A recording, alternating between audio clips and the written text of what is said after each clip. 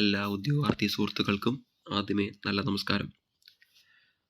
ഇന്ന് നമ്മൾ ചർച്ച ചെയ്യുന്നത് 537/2022 സിവിൽ പോലീസ് ഓഫീസർ നിയമനവുമായി ബന്ധപ്പെട്ട കുറച്ച് കാര്യങ്ങളാണ്.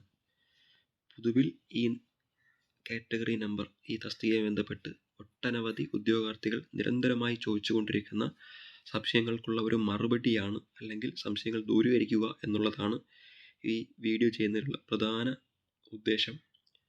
ഈ വീഡിയോയിലേക്ക് പ്രധാനമായും നമ്മൾ ചർച്ച ചെയ്യപ്പെടുന്നത് ഒരു 8ഓളം ചോദ്യങ്ങളാണ്. ഈ 8ഓളം ചോദ്യങ്ങൾ തന്നെ ഞങ്ങളുടെ ടെലഗ്രാം ചാനൽ നിരന്തരമായി കുട്ടികൾ കമൻറ്റ് ചെയ്യുകയും PMI മെസ്സേജ് ചോദിക്കുകയും ചെയ്ത നിരന്തരമായി ചോദിച്ചുകൊണ്ടിരിക്കുന്ന ഒരു 8ഓളം സംശയങ്ങൾ, എല്ലാ ഉദ്യോഗാർത്ഥികളുടെ മനസ്സിലുണ്ടാവാൻ സാധ്യതയുള്ള ഒരു 8ഓളം ചോദ്യങ്ങൾ, അതിന് മറുപടി കണ്ടെത്തുക എന്നുള്ളതാണ് ഈ ഒരു വീഡിയോ കൊണ്ടുള്ള ഉദ്ദേശം. കാര്യം, റാങ്ക് ലിസ്റ്റ് നിലവിൽ വന്നത് 2024 ഏപ്രിൽ 15-നാണ്. നാളിതുവരെ 3.5 മാസം പിന്നിട്ട് കഴിഞ്ഞു. സ്വാഭാവികമായും ഓരോ ഉദ്യോഗാർത്ഥിയും ചോദിക്കാൻ സാധ്യതയുള്ള, അല്ലെങ്കിൽ മനസ്സിൽ ഇടം പിടിക്കാൻ സാധ്യതയുള്ള സംശയങ്ങൾക്ക് മറുപടി നൽകുക എന്നതാണ് ഈ ഒരു വീഡിയോയുടെ ഉദ്ദേശം. ഈ വീഡിയോ കാണുന്നതോടെ നിങ്ങളുടെ സംശയങ്ങൾക്ക് ഒരു പരിധി വരെ എങ്കിലും ഉത്തരം കിട്ടാൻ സാധിക്കും എന്ന് വിശ്വസിച്ചുകൊണ്ട് നമുക്ക് വീഡിയോയിലേക്ക് കടക്കാം. ഒന്നാമത്, ഞങ്ങളുടെ ടെലഗ്രാം ചാനലിലേക്ക് ഏറ്റവും കൂടുതൽ ഉദ്യോഗാർത്ഥികൾ ഇപ്പോഴും ചോദിക്കുന്ന ചോദ്യം ഇതാണ്: നിലവിലെ വേക്കൻസി എത്ര? 537/2022 സിവിൽ പോലീസ് ഓഫീസറിന് നിലവിൽ എത്ര വേക്കൻസിയാണുള്ളത്? നിങ്ങൾക്കറിയാം, സിവിൽ പോലീസ് ഓഫീസർ നിയമനവുമായി ബന്ധപ്പെട്ട് 7 ബറ്റാലിയനിലേക്കാണ് നിയമനം നടക്കുന്നത്, റിക്രൂട്ട്മെൻറ്റ് നടക്കുന്നത്. ഈ 7 ബറ്റാലിയനുമായി നിലവിലെ വേക്കൻസി നമ്മൾ കണക്കാക്കുമ്പോൾ വളരെ പരിതാപകരമാണ്. 3.5 മാസങ്ങൾക്കിപ്പുറവും വേക്കൻസിയുടെ എണ്ണം വളരെ പരിതാപകരമാണ്. അത് എത്ര എണ്ണം എന്ന് നമ്മൾ എണ്ണിയെടുക്കുമ്പോൾ വിരലിൽ എണ്ണാവുന്നത് മാത്രമേ ഉള്ളൂ. നമുക്ക് ആ വേക്കൻസിയിലേക്ക് ഒന്ന് സഞ്ചരിക്കാം. ഒന്നാമത്, ഏറ്റവും വലിയ ബറ്റാലിയൻ എന്നറിയപ്പെടുന്ന മലബാർ സ്പെഷ്യൽ പോലീസ് അല്ലെങ്കിൽ MSP-യിൽ റിപ്പോർട്ട് ചെയ്ത ഒഴിവുകളുടെ എണ്ണം എന്ന് പറയുന്നത് 0. ഇത് തന്നെയാണ് KAP4 കാസർഗോഡ് ആസ്ഥാനമായി വരുന്ന KAP4-ൻ്റെ അവസ്ഥ, 0. അതുപോലെ തന്നെ എറണാകുളം ആസ്ഥാനമായി വരുന്ന KAP1-ൻ്റെ അവസ്ഥയും ഇത് തന്നെയാണ്, 0. ഇത് തന്നെയാണ് ഇടുക്കി ആസ്ഥാനമായി വരുന്ന KAP5-ൻ്റെ അവസ്ഥ, 0. മറ്റു ബറ്റാലിയനുകളെ അപേക്ഷിക്കുമ്പോൾ 0 ഇല്ലെങ്കിൽ പോലും ഒരു 2 അക്കം കടക്കാൻ മറ്റു ബറ്റാലിയനുകൾക്കും ആയിട്ടില്ല എന്നതാണ് സത്യാവസ്ഥ. തൃശ്ശൂർ KAP2 ആസ്ഥാനമായിരുന്ന തൃശ്ശൂർ വേക്കൻസി എന്ന് പറയുന്നത് 8 അതുപോലെ തന്നെ പത്തനംതിട്ട ആസ്ഥാനമായി വരുന്ന KAP3-ൽ റിപ്പോർട്ടായ വേക്കൻസികളുടെ എണ്ണം 3. തിരുവനന്തപുരം ആസ്ഥാനമായി വരുന്ന SAP-യിൽ റിപ്പോർട്ടായ വേക്കൻസികളുടെ എണ്ണവും 2. ഇത് നിങ്ങൾ മനസ്സിലാക്കാനുള്ളത്, ഇതൊന്നും ഫ്രഷ് വേക്കൻസി അല്ല. ഈ റിപ്പോർട്ടായ തൃശ്ശൂർ 8 ആണെങ്കിൽ, പത്തനംതിട്ട 3 ആണെങ്കിൽ, SAP-യിൽ 2 ആണെങ്കിൽ, ഈ വേക്കൻസി മുഴുവനും NGD വേക്കൻസികളാണ് എന്ന സത്യാവസ്ഥ കൂടി നിങ്ങൾ മനസ്സിലാക്കുക. ഇതാണ് ഈ നാളിതുവരെയുള്ള, അതായത് റാങ്ക് ലിസ്റ്റ് ഏപ്രിൽ 15, 2024 നിലവിൽ വന്നു. ഇന്ന് 26/7/2024 ജൂലൈ 26 വരെ PSCയുടെ വെബ്സൈറ്റിൽ അപ്ഡേറ്റ് ആയ വേക്കൻസികളുടെ എണ്ണമാണ് നിങ്ങളുടെ മുന്നിലേക്ക് എത്തിച്ചത്. ഇനി അടുത്ത ഉദ്യോഗാർത്ഥികൾ പ്രധാനമായും ആശങ്കയോടെ ചോദിക്കുന്ന ഒരു ചോദ്യമാണ്: ഇനിയും വേക്കൻസി റിപ്പോർട്ടാവുമോ, ഉടനെ റിപ്പോർട്ടാവുമോ എന്നുള്ളത്. നിങ്ങളോട് പറയാനുള്ളത്, ഇനി NJDക്ക് അപ്പുറത്തേക്ക് ബൾക്കായി ഒരു വേക്കൻസി വരാൻ സാധ്യതയുണ്ടെങ്കിൽ, അല്ലെങ്കിൽ വരും എന്നുറപ്പുണ്ടെങ്കിൽ, അത് ഉറപ്പായും TP വേക്കൻസി തന്നെയാണ്. TP വേക്കൻസി വന്നാൽ മാത്രമേ ഒരു ബൾക്ക് വേക്കൻസി സൈറ്റിലേക്ക് എത്തുകയുള്ളൂ, നിയമനം നടക്കുകയുള്ളൂ. അപ്പോൾ ഉറപ്പായും ഇനി റിപ്പോർട്ട് ചെയ്യാൻ സാധ്യതയുള്ള വേക്കൻസി അത് TP വേക്കൻസി തന്നെയാണ്. മറ്റെന്തെങ്കിലും ഫ്രഷ് വേക്കൻസി റിപ്പോർട്ട് ചെയ്യാൻ സാധ്യത ഉണ്ടായിരുന്നെങ്കിൽ ഈ ഒരു 4 മാസത്തെ കാലാവധിക്കകത്ത് റിപ്പോർട്ട് ചെയ്യണമായിരുന്നു. അത്തരത്തിൽ റിപ്പോർട്ട് ചെയ്യാത്ത സാഹചര്യത്തിൽ ഇനി ഉറപ്പായും റിപ്പോർട്ട് ചെയ്യുന്നത് TP വേക്കൻസി തന്നെയായിരിക്കും. അത്യാവശ്യം ഒരു ബൾക്ക് വേക്കൻസി നമുക്ക് അതിൽ നിന്ന് പ്രതീക്ഷിക്കാം. അടുത്ത മൂന്നാമത്തെ ചോദ്യം കുറച്ചധികം ഉദ്യോഗാർത്ഥികൾ ചോദിച്ചതാണ്: എന്താണ് ഈ TP വേക്കൻസി, അല്ലെങ്കിൽ എന്താണ് ഈ TP? ഈ TP അഥവാ റിപ്പോർട്ട് ചെയ്യുന്നു എന്ന് നിങ്ങൾ പറയുന്നു. എങ്കിൽ എന്നായിരിക്കും അത് റിപ്പോർട്ട് ചെയ്യുക, എങ്കിൽ എത്ര വേക്കൻസി റിപ്പോർട്ട് ചെയ്യാൻ സാധ്യതയുണ്ട്? ഇതാണ് അടുത്തൊരു ചോദ്യം. ആദ്യം TP എന്താണ് എന്ന് നിങ്ങൾക്ക് പറയാം. കുറച്ച് പേർക്കെങ്കിലും TP എന്താണെന്ന് അറിയാമായിരിക്കും, എങ്കിലും കുറച്ച് പേർക്ക് എന്താണെന്ന് അറിയാൻ സാധ്യതയില്ല. അപ്പം അവരിലേക്ക് എത്തിക്കുക എന്നാണ് ലക്ഷ്യം. TP എന്തെന്ന് വെച്ച് കഴിഞ്ഞാൽ, ആദ്യമേ TP എന്നത് മനസ്സിലാക്കുക. TP എന്നല്ല, TTP എന്നാണ് പറയുന്നത്. Temporary training purpose vacancy. Temporary training purpose vacancy. ഇനി TP എന്താണെന്ന് നോക്കാം. അതായത് ഒരു വർഷത്തെ റിട്ടയർമെൻറ്റ് വേക്കൻസിയും അതുപോലെ തന്നെ ആ ഒരു ബറ്റാലിയൻ്റെ ടോട്ടൽ സ്ട്രെങ്തും കൂടെ പരിഗണിച്ച് മുൻകൂറായി നൽകപ്പെടുന്ന വേക്കൻസിയാണ് TP വേക്കൻസി. ആ വർഷം റിട്ടയർമെൻ്റ് ആവാൻ സാധ്യതയുള്ള ആൾക്കാരുടെ എണ്ണവും അതുപോലെ തന്നെ ആ ഒരു ബറ്റാലിയൻ്റെ സ്ട്രെങ്തും കൂടി കണക്കാക്കി സർക്കാർ തലത്തിൽ നൽകപ്പെടുന്ന വേക്കൻസിയാണ് TP വേക്കൻസി. ഇത് സാധാരണ ഏകദേശം 7 ബറ്റാലിയനായി ഒരു 1200 മുതൽ 1400 എണ്ണം വരെയാണ് ലഭിക്കാൻ സാധ്യതയുള്ളത്. 1200 മുതൽ 1400 വരെയുള്ള എണ്ണമാണ് സാധാരണഗതിയിൽ ലഭിക്കാൻ സാധ്യതയുള്ളത്. ഈ എണ്ണം സംസ്ഥാന തലത്തിലാണ് നൽകപ്പെടുന്നത് ആഭ്യന്തര വകുപ്പിന് കീഴിൽ. ഇത് 7 ബറ്റാലിയനുകളായി വീതിക്കപ്പെടും. ഒരിക്കലും ഇത് തുല്യ അനുപാതത്തിലല്ല നൽകപ്പെടുന്നത്. അവിടെയും പരിഗണിക്കുന്നത് നേരത്തെ പറഞ്ഞ 2 ഫാക്ടർ തന്നെയാണ്. ആ ഒരു വർഷ കാലയളവിനുള്ളിൽ ആ ബറ്റാലിയനിൽ ഒഴിവരാൻ സാധ്യതയുള്ള റിട്ടയർമെൻറ്റ് എണ്ണങ്ങളുടെ ഇത് അനുപാതവും അതുപോലെ തന്നെ ആ ഒഴിവിൻ്റെ ടോട്ടൽ സ്ട്രെങ്തും കൂടി പരിഗണിച്ചായിരിക്കും ഓരോ ബറ്റാലിയനും ഒഴിവ് വീതം വെച്ച് നൽകുക. അത്തരത്തിൽ നമ്മൾ പരിഗണിക്കുമ്പോൾ മലപ്പുറം SAP പോലുള്ള ബറ്റാലിയനുകളിൽ മറ്റു ബറ്റാലിയനെ അപേക്ഷിച്ച് കുറച്ച് കൂടുതൽ TP വേക്കൻസി സാധാരണഗതിയിൽ കിട്ടാറുണ്ട്. അത് അതിൻ്റെ വലിപ്പവും അതിൻ്റെ റിട്ടയർമെൻറ്റും പരിഗണിക്കുമ്പോൾ കിട്ടുന്നതാണ്. എന്നാലും മറ്റു ബറ്റാലിയനുകളിലും താരതമ്യേന അത്ര കുറവല്ലാത്ത രീതിയിൽ TP വേക്കൻസി റിപ്പോർട്ട് ചെയ്യാറുണ്ട്. TP വേക്കൻസിക്ക് അന്തിമാനുമതി കൊടുക്കുന്നത് ആഭ്യന്തര വകുപ്പാണ്. ശേഷം ഈ വേക്കൻസി സർക്കാർ തലത്തിൽ അംഗീകരിച്ചതിന് ശേഷം, ഫിനാൻസ് വകുപ്പ് അംഗീകരിച്ചതിന് ശേഷം, ആഭ്യന്തര വകുപ്പ് അംഗീകരിച്ചതിന് ശേഷം ഇത് പോലീസ് ഹെഡ്ക്വാർട്ടേഴ്സിലേക്ക് നൽകപ്പെടും. പോലീസ് ഹെഡ്ക്വാർട്ടേഴ്സ് എന്ന് വെച്ചാൽ PHQ നൽകപ്പെടും. PHQവിൽ നിന്ന് സ്ക്രൂട്ടണിങ്ങിന് വിധേയമായതിന് ശേഷം നമ്മൾ ഈ നേരത്തെ പറഞ്ഞ 2 കാര്യങ്ങൾ, റിട്ടയർമെൻറ്റ് വേക്കൻസികളുടെ എണ്ണവും ബറ്റാലിയൻ്റെ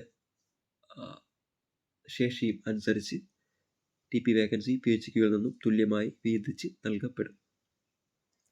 ഇനി അടുത്ത ഇതിലുമായി ബന്ധപ്പെട്ട ഒരു ചോദ്യമാണ്, എന്നത്തേക്കുണ്ടാവും ഈ TP വേക്കൻസി എന്നുള്ളതാണ്. ആഗസ്റ്റ് സെപ്റ്റംബർ മാസങ്ങളിലായി ഗവൺമെൻറ് തലത്തിൽ ഇത് ഓർഡറായി ഇറങ്ങാനാണ് സാധ്യത എന്നാണ് നമ്മൾ പ്രതീക്ഷിക്കുന്നത്. അത്തരത്തിൽ തന്നെ ഉണ്ടാവും.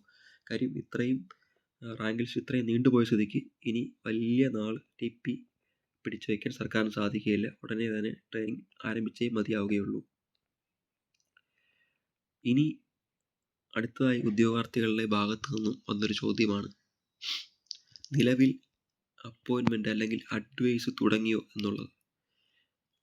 നിലവിൽ അഡ്വൈസ് തുടങ്ങിയോ എന്ന് ചോദിച്ചാൽ ഉറപ്പായും തുടങ്ങി എന്നുള്ളതാണ് സത്യം. പക്ഷേ എത്ര പേർക്ക് എന്ന് ചോദിച്ചു കഴിഞ്ഞാൽ, ഞാൻ നേരത്തെ പറഞ്ഞിരുന്നു, തൃശ്ശൂർ ബറ്റാലിയനിലാണ് ആദ്യത്തെ അഡ്വൈസ് ചാർട്ട് നിയമനം തുടങ്ങിയത്.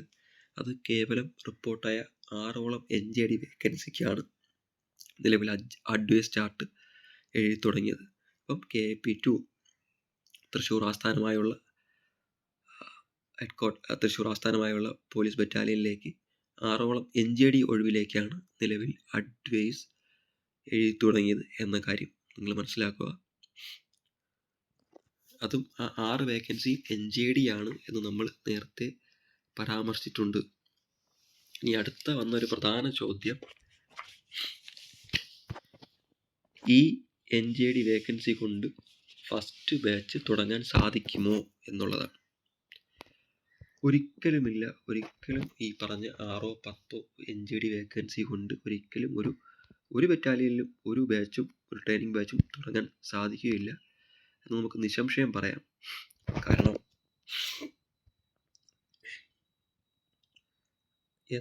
ഏതെങ്കിലും ഒരു ട്രെയിനിങ് കമ്പനി നിലവിൽ നടക്കുന്നുണ്ടായിരുന്നെങ്കിൽ, അല്ലെങ്കിൽ അഡ്വൈസ് അയച്ചിട്ടുണ്ടെങ്കിൽ അതിൻ്റെ കൂടെ അറ്റാച്ച് ചെയ്യാൻ വേണ്ടി മാത്രമേ 6, 5, 8, 10 വേക്കൻസി ഒതുങ്ങുകയുള്ളൂ.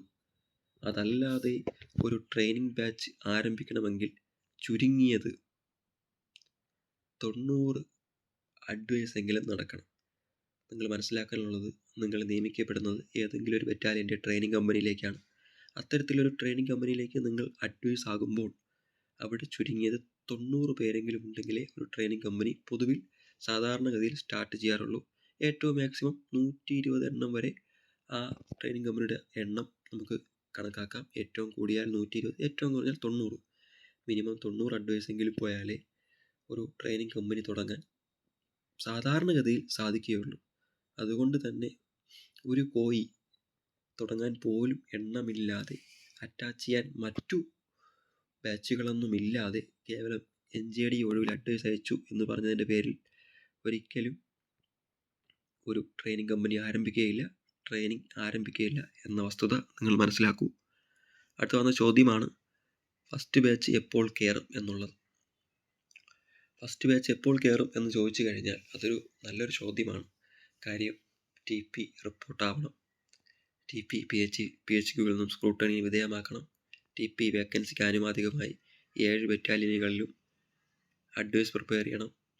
ശേഷം വെരിഫിക്കേഷനുണ്ട്, പോലീസ് വെരിഫിക്കേഷനുണ്ട്, അപ്പോയിൻമെൻ്റ് ഉണ്ട്, മെഡിക്കലുണ്ട്. ഇതിന് ശേഷമാണ് ഓരോ ഉദ്യോഗാർത്ഥിയും റിക്രൂട്ട് ചെയ്യപ്പെടുന്നത്, ട്രെയിനിങ് കമ്പനിയിലേക്ക് പ്രവേശിക്കുന്നത്. അതൊരു നല്ലൊരു പ്രോസസ്സാണ്. എന്നിരുന്നാലും സെപ്റ്റംബർ അവസാനത്തോടു കൂടി ഫസ്റ്റ് ബാച്ച് ട്രെയിനിങ്ങിന് കയറും. സെപ്റ്റംബർ അവസാനം ഒക്ടോബർ ആദ്യം ഫസ്റ്റ് ബാച്ച് ട്രെയിനിങ്ങിനായി കയറും എന്ന് നമുക്ക് പ്രതീക്ഷിക്കാം, വിശ്വസിക്കാം. അങ്ങനെ തന്നെ നടക്കട്ടെ. PSC സ്പീഡപ്പ് ആവുകയും ആഭ്യന്തര വകുപ്പ്, പോലീസ്, എല്ലാ ബറ്റാലിയനുകളും കുറച്ച് സ്പീഡപ്പ് ആവുകയും ചെയ്യുകയാണെങ്കിൽ എത്രയും പെട്ടെന്ന് നമ്മുടെ നിയമനം കാത്തിരിക്കുന്ന ഓരോ ഉദ്യോഗാർത്ഥിയും അവൻ്റെ സ്വപ്ന ജോലിയിലേക്ക് കടക്കാൻ സാധിക്കും. അടുത്തൊരു ചോദ്യമാണ് ഏകദേശം എത്ര നിയമനം നടക്കും ഈ ഒരു വർഷ കാലാവധിക്കുള്ളിൽ എന്നതാണ്. അത് ഒരിക്കലും മുൻകൂട്ടി പ്രവചിക്കാൻ ആർക്കും സാധിക്കുകയില്ല. ഇപ്പോൾ നിങ്ങളോട് സംസാരിച്ചുകൊണ്ടിരിക്കുന്ന എനിക്കോ അല്ലെങ്കിൽ ആഭ്യന്തര വകുപ്പിനോ സർക്കാരിനോ സാധിക്കുകയില്ല. അത് ആ കാലത്തിൽ നിയമിക്കപ്പെടുന്ന TP വേക്കൻസി, റിട്ടയർമെൻറ്റ് വേക്കൻസി, അല്ലെങ്കിൽ മറ്റെന്തെങ്കിലും വേക്കൻസി, അങ്ങനെ ഈ പറഞ്ഞ TP വേക്കൻസിക്ക് ശേഷം വരുന്ന NJD വേക്കൻസി, ഇങ്ങനെ വരുന്ന കുറേ വേക്കൻസികളുടെ എണ്ണത്തെ ആശ്രയിച്ചിരിക്കുന്നതാണ് ആ വർഷത്തെ ടോട്ടൽ നിയമനം. അതുകൊണ്ട് ഒരിക്കലും മുൻകൂട്ടി പ്രവചിക്കാൻ ആർക്കും സാധിക്കുകയില്ല. എങ്കിലും ഏകദേശം ഈ ലിസ്റ്റ് ചുരുങ്ങിയ സാഹചര്യത്തിൽ കഴിഞ്ഞ ലിസ്റ്റിനെ അപേക്ഷിച്ച് നോക്കുമ്പോൾ ഈ ലിസ്റ്റിൽ 6000 സംതിങ് പേരാണ് ഈ ലിസ്റ്റിൽ ഉൾപ്പെട്ടിരിക്കുന്നത്. സ്വാഭാവികമായും ഈ ലിസ്റ്റിൽ ഉൾപ്പെട്ട മുഴുവൻ പേർക്കും ജോലി കിട്ടട്ടെ എന്ന് നമുക്ക് ആത്മാർത്ഥമായി ആഗ്രഹിക്കാം. അതുകൊണ്ട് തന്നെ ഒരിക്കലും മുൻകൂറായി ഇത്ര നിയമനം നടക്കും എന്ന് ഒരു ലിസ്റ്റിൻ്റെ കാര്യത്തിൽ നമുക്ക് മുൻകൂറായി പ്രഖ്യാപിക്കാൻ സാധിക്കുകയില്ല എന്നാണ് സത്യം. അങ്ങനെ ആരെങ്കിലും പ്രഖ്യാപിക്കാൻ പറഞ്ഞാൽ തന്നെ അത് പൊള്ളത്തരമാണ്. അങ്ങനെ ഒരിക്കലും മുൻകൂർ പ്രവചനം നടത്തുവാൻ സാധിക്കുകയില്ല എന്ന് നിങ്ങൾ മനസ്സിലാക്കുക. ഈ ഒരു വീഡിയോയുമായി ബന്ധപ്പെട്ട അവസാനത്തെ ചോദ്യം ഇതാണ്. ഇതെനിക്ക് ഏറ്റവും റീസെൻ്റായി വന്ന ചോദ്യമാണ്. അത് ഇന്നലെ വന്ന ചോദ്യമാണ്. ലിസ്റ്റിൻ്റെ കാലാവധി നീട്ടുമോ? 537/2022 സിവിൽ പോലീസ് ഓഫീസറിൻ്റെ റാങ്ക് ലിസ്റ്റിൻ്റെ കാലാവധി നീട്ടാൻ സാധ്യതയുണ്ടോ? സ്വാഭാവികമായും ഈ ഒരു ചോദ്യം ഉറപ്പായും ഒരു ഉദ്യോഗാർത്ഥി ചോദിക്കും. കാര്യം അവൻ്റെ വിലപ്പെട്ട 4ഓളം മാസങ്ങളാണ് നഷ്ടപ്പെട്ടത്.